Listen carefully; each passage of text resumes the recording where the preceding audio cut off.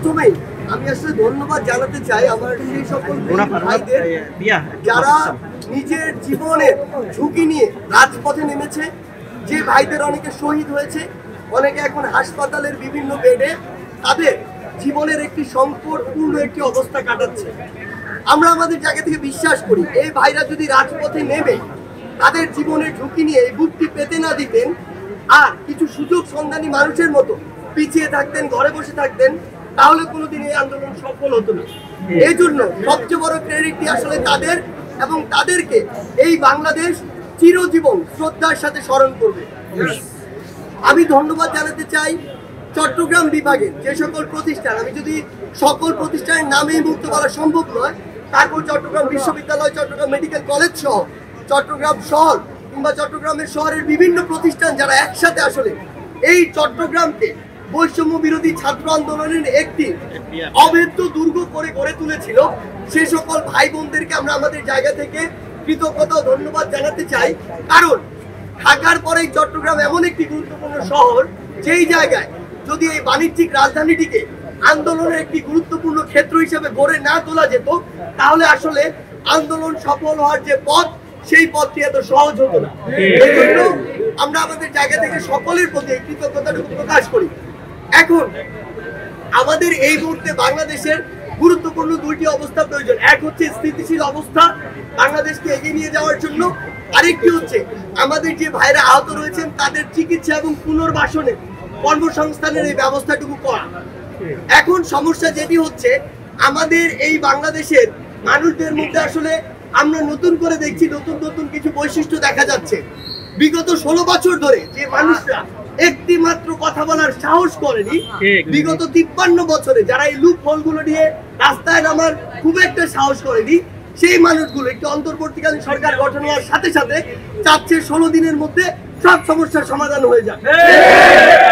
এই মানুষগুলো তাদের ব্যক্তিগত কিংবা ছোট্ট একটি গোষ্ঠীগত উদ্দেশ্য বাস্তবায়নের জন্য রাজপথে নামছে, সচিবালয় থেকে শুরু করে বিভিন্ন প্রতিষ্ঠান ঘেরাও করছে। আমরা মনে করি তারা যদি এই ধৈর্যটুকু না ধরে, যে এত বড় একটা ক্ষতপূর্ণ রাষ্ট্রের সংশোধনের জন্য যে একটি সময় প্রয়োজন, সেই সময়টুকু না দিয়ে তারা যদি তাদের জায়গা থেকে এই ব্লকের গুলো বিভিন্ন জায়গায় করে, তার মানে তারা রাষ্ট্রের স্থিতিশীল অবস্থা হওয়ার জন্য যে ফ্লোটি দরকার, এই ফ্লোতে বাধা দিচ্ছে, এবং তাদের অবশ্যই ভিন্ন কোনো উদ্দেশ্য রয়েছে।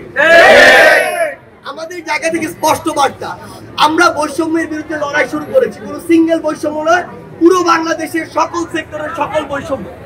এখন এই 16 বছরে সরকার তো পুরো বাংলাদেশকে একটি করাপ্টেড বাংলাদেশ করেছে। তার মানে আমরা যদি এগুলোতে কাজ করতে যাই, আমার ওই মাথা থেকে শুরু করে রুট পর্যন্ত যেতে তো সময় লাগবে। এখন মাথাগুলো শুরু হয়েছে, ধীরে ধীরে প্রত্যেকটি স্টেপে যাবে। কিন্তু আপনি যদি আজকে 20তম গ্রেডের একজন সরকারি কর্মকর্তা হয়ে মনে করেন আপনার সকল সুবিধা আজকেই আপনাকে বুঝে দিতে হবে, তাহলে অবশ্যই আপনি রাষ্ট্রকে বাধ্য করছেন, যেটা স্বৈরাচার শাসনের আরেকটি উদাহরণ। আমরা আমাদের জায়গা থেকে স্পষ্ট বলি, আপনি অন্তর্বর্তীকালীন সরকারকে সময় দিন এবং আপনি আপনার জায়গা থেকে দাবিটি জানান, সমালোচনা করুন, আপনি আমাদের কাছে আসুন। আমরা বড় বড় গোষ্ঠীগতভাবে অন্তর্বর্তীকালীন সরকার হোক, বৈষম্য বিরোধী ছাত্র আন্দোলন হোক, এই প্ল্যাটফর্মের সাথে আপনাদের বসার ব্যবস্থা করে দিব। তবে পূর্ব শর্ত হচ্ছে রাষ্ট্রকে মিনিমাম একটি স্থিতিশীল অবস্থা আসার জন্য অন্তত 3 থেকে 6 মাস আপনাদের অবশ্যই সময় দিতে হবে। এরপরে আরেকটি কথা আমাদের মিডিয়ার ভাই বোনদের উদ্দেশ্যে, সেটি হচ্ছে এতদিন আপনারা যে কথাগুলো আপনাদের বলা উচিত ছিল, আপনারা এই কথাগুলো বলতে পারেননি বা বলতে দেওয়া হয়নি, এটিই সত্য। কিন্তু এখন আপনাদের উপরে এই দায়িত্বটি এসেছে যে সত্যি যে বিষয়গুলো ছিল, যে ঘটনাগুলো দেখেছেন প্রকাশ করতে পারেননি, সেগুলো আপনার প্রকাশ করতে হবে, এটি আপনার দায়বদ্ধতা।